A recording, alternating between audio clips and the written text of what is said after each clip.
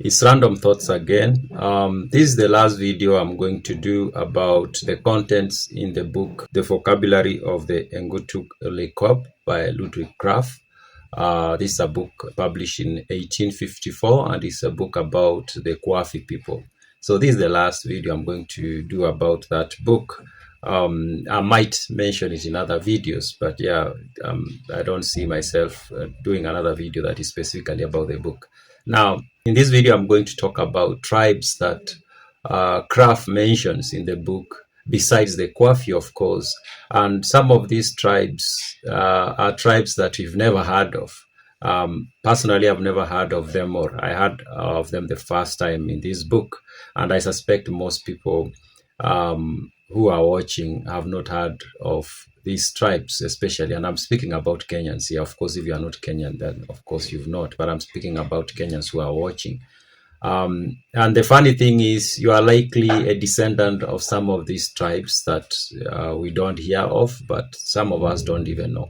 Of course, Ludwig Graf mentioned tribes that we know, like, of course, the Maasai, the Kikuyu, the Wataita, the Wakamba. He mentioned those tribes, the Somali, the Gala, Oromo. He mentions, those ones. And those ones we know of. They are still around, or at least they still go by the same names today. Then he mentions others that we don't hear of them, at least not anymore, or not that much. For example, he mentions, the book, of course, is about the Wakwafi people, but then he talks about the traveling of the Swahili traders, and he tells us that much of this information he got from the Arab and Swahili traders who go inland to find tusks, elephant tusks, of course, and that's where he got much of this information. He did travel himself later on, though, to the inland. Now, he talks about a route that ended at Lake Naivasha, and when you read this book, the two landmarks that are obvious to the reader, the person who lives today like me and you, is Lake Naivasha and Mount Kenya. The rest of the mentioned locations are names that don't exist anymore. 200 years is a long time. Of course, the names of places have changed a lot. So he mentioned Lake Naivasha and Mount Kenya, then you get the picture of what he's speaking about. For example, he tells us that when you reach Lake Naivasha, to the northeast of the lake, the tribes that were there were Walumbwa. Think this one, many of us have heard of. The Walumbwa are the Kipsigis today. The name has changed. In the old documents, they are always referred to as Walumbwa or Lumbwa. And then there were the Suku, then there were the Sodeki, then there were the Nganasa, then there were the Ndoizo, then there were the Likipia. So those are the tribes that you will find to the northeast of Lake Naivasha. And then he says to the west of Lake Naivasha, you will find tribes like Kamrita, Lodeki again, Logosawa, Kiroto, Mariti, Kalkures, Aramkani, Nandi. Nandi, of course, still exists today. We have people who go by the name Nandi today. Then there are Kavirondo. Kavirondo is a name that was used for the people who we know today mostly as Luya people. At least some of them, not all of them. Then there are Wasingishu. Of course, we have Wasingishu County. That was a tribe, and those people kind of disappeared into the Nandi people and the other tribes around them, and they are no longer exist as a tribe, but the name still stands, Wasingishu, and they are the people who gave the city Eldoret, the name. Then we have the Njamosi. So those are the tribes that you will find to the west of Lake Naivasha. Most of these names, of course, I've never heard of them, but apparently these were tribes. Now, there's another document I'm reading at this point, or at this moment, and this document is going to inform the next few videos that I'm going to record. And this is a document that is titled ethnological survey of Eastern Uganda. Now, Eastern Uganda is the land that is between the current border of Uganda and up to Naivasha. That used to be part of Uganda. So if you read all documents, they will refer to Eastern Uganda, which what basically they mean is the land between the current border of Kenya and Uganda up to Naivasha. That was Eastern Uganda.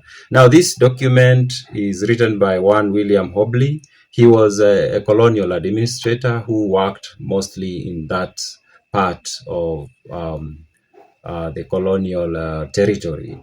He worked in eastern Uganda, that is now, we can say, Rift Valley and western part of Kenya. That's where he worked a lot, and according to what he says in the document, he did interact with many of these tribes. He did try to learn their languages, their cultures, and he goes into very interesting details about the cultures of these tribes, and I'm going to go through some of them, especially about the Luya, very interesting.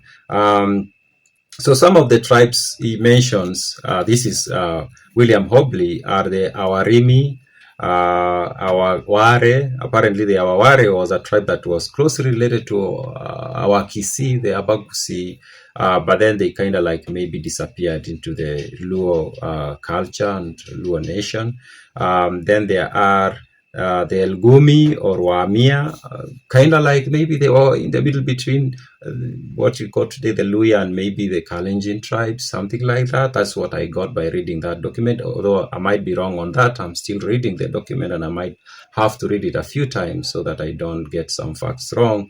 Then there is the Elgonyi, Sanei, Lako, Kamasia, Mbai, Sore. These are tribes that we can say belong into the group we know today as the Kalenjin. They go together with the Nandi, the Lumbwa, and the Elgeyo. They were basically the same group, or they belong into the same group, or their languages were kind of similar. So I've never heard of these tribes, Elgonyi, Sanei, Lako, Kamasia, Mbai, Sore. I've not. And then there was another one, Bumet. I don't know whether Bomet comes from Bumet. It could, maybe, but apparently there was a tribe that went by the name Bumet, and Bumet was a tribe that their language was close to that of the other, we can say, Kalenjin group. And then we have those that were closely related to the Maasai, or their languages were close to that of the Maasai. And we have tribes like Wasingishu, and we have the Ndorobo. Now, the Wasingishu and the Ndorobo, those are names that we've heard of. Of course, Wasingishu is a county, but there is no tribe in Kenya today that goes by the name Wasingishu. They disappeared into the Nandi and the surrounding tribes, and just became part of that. Of course, the Ndorobo is a very interesting tribe in Kenya, and I think that not enough has been said about this group of people. Seems like this group of people was a very large group of people. And we can say that this group of people kind of like is the foundational fabric of what you can call Kenya today. Like, they are basically in every tribe. Like, they were basically assimilated to almost every tribe in Kenya. They occupy the entire Kenyan land, and I understand in Tanzania and to some extent Uganda. They were all over the place. Seems like it was a very large group of people, or we can say a race or an ethnic group. Now, yeah, so Hombley puts the Eldorobo as closely related to the kind of the Maasai, but of course, he himself also says, no, they are not. They are like the more aboriginal people of this land, like they were here before anybody else was here. The rest of the tribes found them here.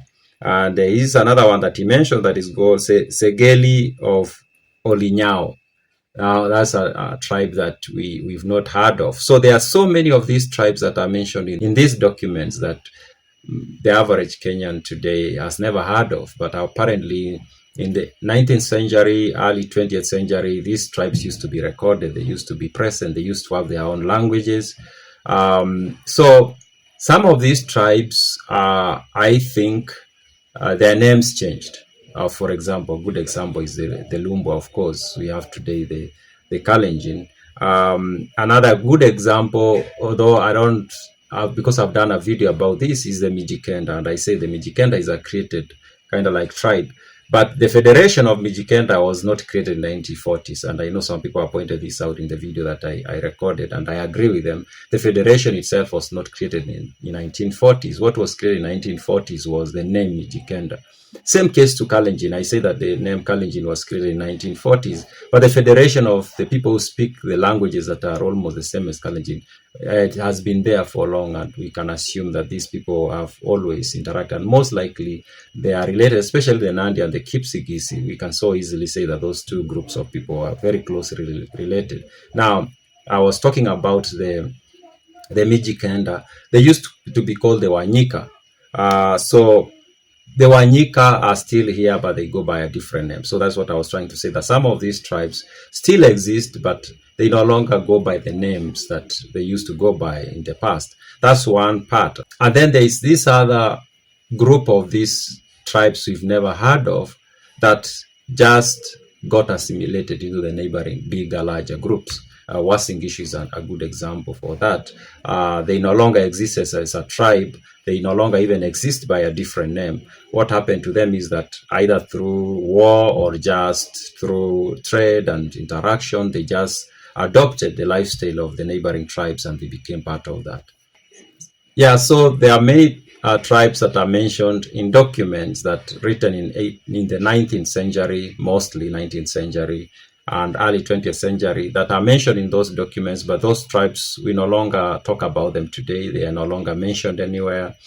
Most of us don't even know that they existed, and most of them is because the names changed, and also that these tribes just got assimilated into the neighboring larger groups. So those are my random thoughts.